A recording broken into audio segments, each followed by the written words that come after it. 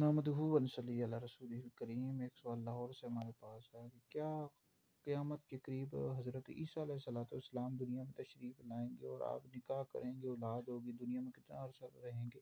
سوال سے کنز المال میں، مشکوٰۃ شریف میں، قصص کبریٰ میں حدیث موجود ہے۔ حضرت عبداللہ ابن عمرو رضی اللہ تعالیٰ عنہ سے روایت فرماتے ہیں، نبی پاک علیہ السلام نے فرمایا کہ قیامت کے قریب حضرت عیسیٰ علیہ السلام آسمان سے دنیا میں تشریف لائیں گے، نکاح کریں گے، اولاد ہوگی، 45 سال تک دنیا میں رہیں گے، پھر ان کی وفات ہو جائے گی اور میری ہی قبر کے پاس دفن کیے جائیں گے۔